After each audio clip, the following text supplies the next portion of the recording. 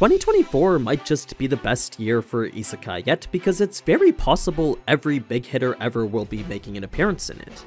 Whether it be Mushoku Tensei in April or the Overlord movie in the summer. From the Isekai Quartet to SAO, here's 10 great isekai returning this year.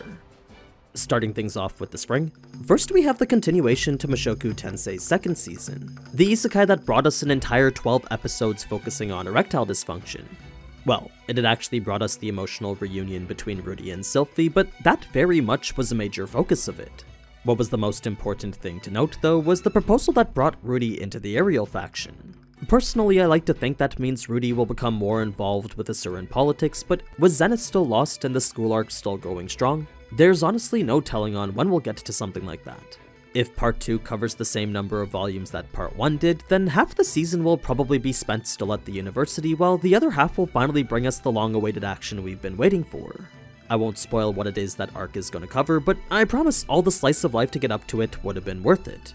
I mean, yes, the last season was a stark tonal shift from what we got back in Season 1, but it's that constant ebb and flow that makes Mushoku Tensei so immersive in the first place. So, the story may seem slow and uneventful now, but I assure you it will pick back up whether at a turning point or something else. Definitely more so towards the end of Season 2, Part 2. Also joining Mushoku Tensei in April is the long-awaited third season of Konosuba. 2017 was the last time we saw the gang together on TV, then 2019 was the movie wrapping things up with the Crimson Magic Clan arc. There was the spin-off focusing on Megumin and her daily life as a student, but with that being a prequel taking place before Season 1, what's important to remember for this is where the movie left off. So, with that bringing us right to the end of things in the Crimson Village, what awaits us next is the Kazuma's little sister arc. Not his actual sister or anyone related to him, but a younger princess who he starts treating as if she was his younger sister. I'm sure you can imagine just how much Kazuma would enjoy living like royalty, so it's his new life as this sort of brother figure that we'll get to explore this season. An interesting thing to note about the actual production is that unlike how Studio Dean did Season 1 and Season 2, it'll actually be Studio Drive doing Season 3. They were the ones who animated the spin-off from last year, so if you enjoyed the quality of that and the overall production, it'll be pretty much the same since much of the same staff are returning. This also includes the original director who took part in Season 1 and 2 originally. Now, before I get into the next banger of an isekai returning in April, I know you've all heard and seen this before, so I'm sure you could tell that this video was sponsored by Raid Shadow Legends. You know, that free-to-play fantasy RPG with a captivating story, challenging dungeons, arena PvP, and over 800 champions. All of which you can play right now using my link in the description or the QR code on screen. What Raid just introduced that's pretty dope though is their new set of mythical champions capable of the unique mechanic Metamorph.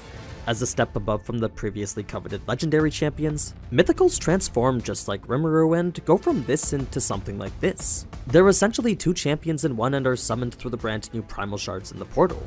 Both forms use the exact same build that's set up for them, so that does mean that you have to be careful when choosing how to use them, but at the same time they're by far the most versatile champions ever introduced in Raid. Ones that come with this vast potential for synergy as well as meet a wide variety of playstyles. There's also the brand new Cursed City update, which brings with it a massive 100 stage challenge run. Whether it be difficult quests or the never before seen double boss arena, beating the Cursed City will reward you with a mythical champ of your own. So if you want that or just want to finally give Raid Shadow Legends a go, you can download it now with this QR code or my link in the description. Not only will you get 2 epic champions for free, but you can also join my clan here. But now, let's talk about some isekai. Next is Season 3 of Tensei and its hype showdown between Rimuru and Hinata. Unlike its peak counterparts airing alongside it though, Tensei Season 3 will be back-to-back from April to June and July to September.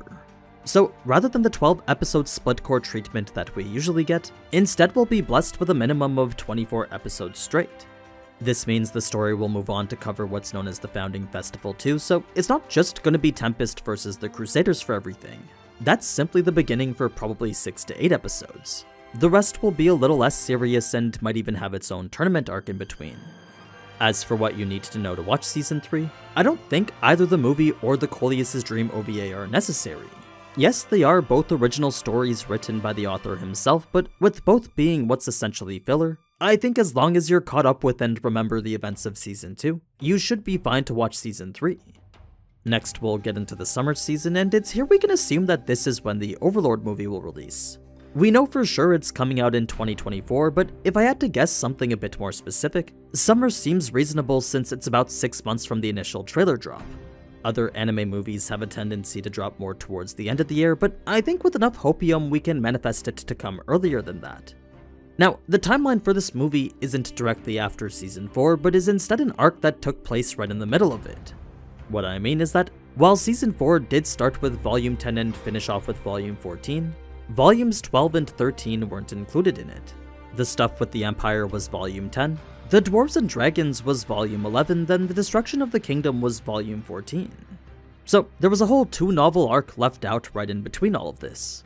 I don't think it makes much of a difference in the overall grand scheme of things, but it is worth knowing that whatever happens in the movie is technically from before Season 4 finished, specifically after Episode 7 and before Episode 8.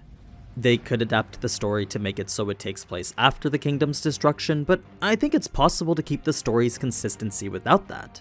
Reason being that this Holy Kingdom arc of volumes 12 and 13 is more of its own independent affair as opposed to the usual ever-growing conquest of Nazarick. Ainz and the gang are definitely still part of it, but the setting shifts its focus to somewhere completely different. So in addition to a brand new nation for Ainz to mess with, there's also several new characters making their debut, then the return of Demiurge as the Demon Emperor Yaldabaoth.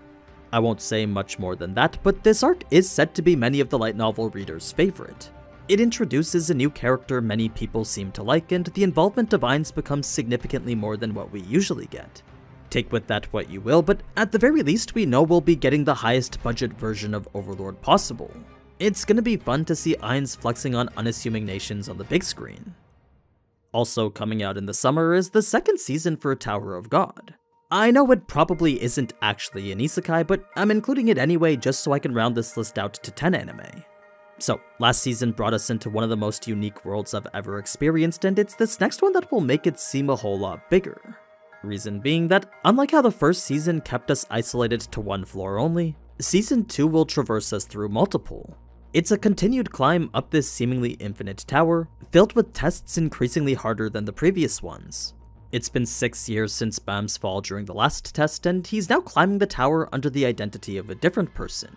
So it's after he's soloed his way through numerous floors already that we'll pick things up as he joins a new team. A notable group that will serve as this season's new cast. That's not to say his former teammates won't show up later, but for the time being it's gonna be mostly new people. One of which is speculated to be the Prince of Zahard, thus the name of this arc being Return of the Prince. Once again, this really isn't an isekai, but with every floor being pretty much a world in and of itself, it honestly might as well be.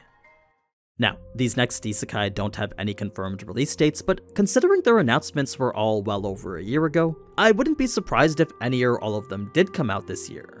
It is unfortunately just speculation on my part, but I am basing it off the standard 12 to 18 month period between first trailer and release date. So first we have Youjo Senki Season 2, and while the announcement for it was back in 2021, the author has confirmed that production of it is still ongoing. The director was most recently occupied with Fooly Cooly, but now that that's done, I assume he'll be working on Youjo Senki again. So as of August 30th, 2023, Youjo Senki is still returning. As for what to expect, well, lots of military conflict is pretty standard, but I assume it's Volume 5's ongoing battle in the Eastern Front. That and the recently discovered rise of nationalism, something Tanya knows she can't get rid of with overwhelming power. So with that and Mary Sue making things a bit more difficult for her, it'll be interesting to see how Tanya deals with these challenges, assuming we do get to see it animated at all. I mean, it has been 3 years that we've been waiting after all. Next we have ReZero Season 3, and while yes it may be a stretch to say 2024 for it, it is technically possible since White Fox's Sengoku Yoko ends in August. For those of you that don't know, Studio White Fox, the studio behind Seasons 1 and 2, have surprisingly committed to working on a different anime all year. From now until August, they'll be releasing a new episode of Sengoku Yoko weekly. I'm no expert on the industry or Studio White Fox in particular, but I assume that if any studio is working on a multi-core back-to-back anime, it'd be very difficult to release another one right alongside it. That's not to say they aren't working on it, but more times than not it probably isn't what they're focusing on right now. So if I was to guess when ReZero Season 3 would release, fall 2024 or winter 2025 would make the most sense to me. We'll be getting more information at Anime Japan on March 24th, so that if anything is where we'll get an official release date. Then normally I would talk about what to expect from it, but for a series like Re:Zero, that's something definitely best left untouched.